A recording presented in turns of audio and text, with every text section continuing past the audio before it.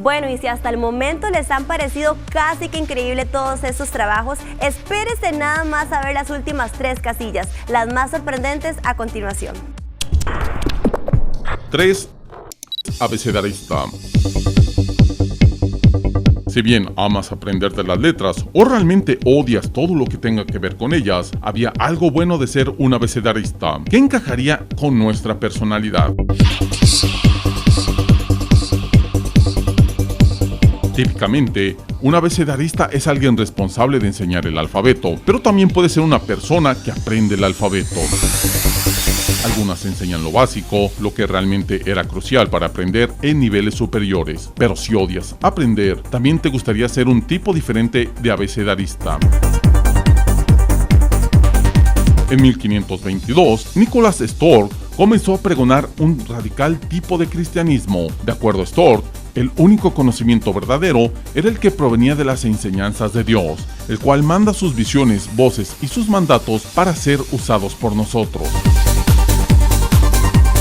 El conocimiento que se conseguía por medios humanos no era más que pecaminoso, y para poder obtener el verdadero conocimiento y sabiduría de Dios, debíamos darle la espalda a cualquier tipo de conocimiento y sabiduría que el humano hubiera conseguido.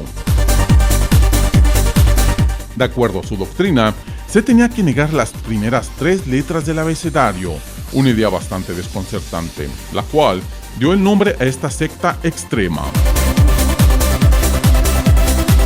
Mientras la Biblia contiene casi todo lo que uno quiere saber de Dios y sus virtudes, el leerla uno mismo era considerado blasfemo y solo insultaba la palabra de Dios. El estudiar teología era aún peor.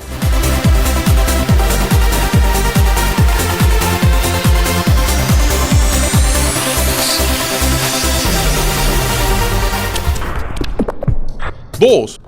Bardis. Los Bardi era una división de los druidas, los cuales tenían uno de los más altos rangos de reverencia en cuanto a su estructura religiosa. Los Bardi eran poetas y cuentahistorias, el equivalente británico de los Magis. Eran ampliamente educados, que provenían de las mejores familias y eran responsables de educar a los niños de la nobleza y de los terratenientes. Mientras existe mucho que no se sabe de los druidas y su cultura, lo que sí sabemos es que había 3 tipos diferentes de grupos religiosos en su organización. Los druidae eran los líderes religiosos, los sacerdotes y los que daban un juicio si este era necesario. Los bates eran los videntes y los que predecían la fortuna. Los bardis eran los que contaban las historias, es decir, los bardis tenían todos los beneficios de los druidas sin la necesidad de remover y leer las entrañas de los animales para leer el destino.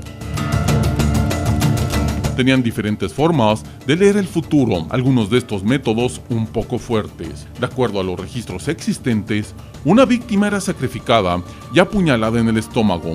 Así el futuro podía ser leído cuando el cuerpo se convulsionaba y la sangre corría por él. Los Bardi, por el contrario, eran músicos y poetas, cuya tarea primordial era la de registrar las grandes hazañas y los actos de los héroes locales.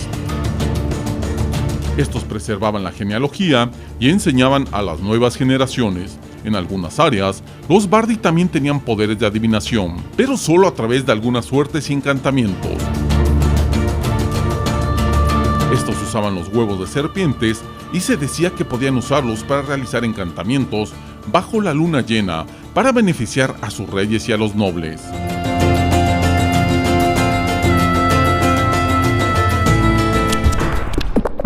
¡1! Los Elconer.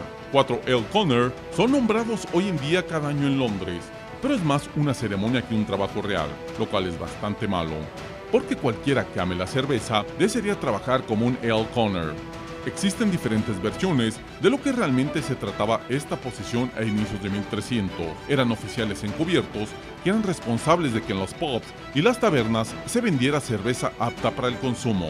Si la cerveza que estos vendían no era apta para el consumo o no lo suficientemente buena, los dueños podían acabar en la corte por vender cerveza de baja calidad. Los Elconers eran responsables de que las bebidas fueran seguras para todo mundo y que se vendieran a un precio conveniente. Este era un trabajo serio, algo que los oficiales juraban que realizarían con profesionalismo y decoro. Que Dios y los santos me ayuden en mi labor. Era el lema que recitaban cada vez que entraban en sus lugares de trabajo. Mientras la mayoría probaba y analizaba la cerveza de la forma tradicional, existe una gran leyenda alrededor de esta profesión. De acuerdo a las historias, estos usaban pantalones de cuero y cuando entraban en las tabernas pedían una pinta de cerveza y regaban un poco en su asiento. Después se sentarían sobre él unos 30 minutos para levantarse tiempo completado. Si se podían poner de pie, la cerveza era de buena calidad, pero si se quedaban pegados en el asiento, entonces no era muy buena cerveza, pues esto significaba que le habrían puesto azúcar, lo cual significaba que aún no había terminado su proceso de fermentación. Más allá de las leyendas, los Ale Conner realmente tenían un rol importante en la sociedad. Para el tiempo en que Enrique V llegó al poder, en 1413, los cerveceros contrataban a los Ale Conners para revisar su producto cada que éste salía y se ponía en las calles, poniendo una señal enfrente del edificio. Estas señales se volvieron tan importantes y mostraban que una bebida tenía un fino proceder, que éstas se conservaban y se volvían más grandes con el paso del tiempo, hasta que hubo que regularlas en algún momento, pues estorbaban el andar de la gente por las calles.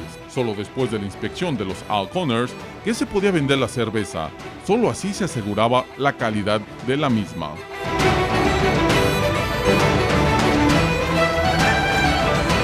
Y de lo que sí podemos estar muy seguros es que ganan una buena pancita a esos caballeros. ¿Y qué le pareció al top de hoy? ¿Con cuál trabajo se siente identificado o cuál hubiera desempeñado usted en aquellas épocas? Bueno, opínenos a través de nuestra página en Facebook que está pasando ahorita por sus pantallas. Les acompañó María José Montero. Recuerden, miércoles 9 de la noche con repetición los sábados a las 6 de la tarde y será entonces hasta el próximo top.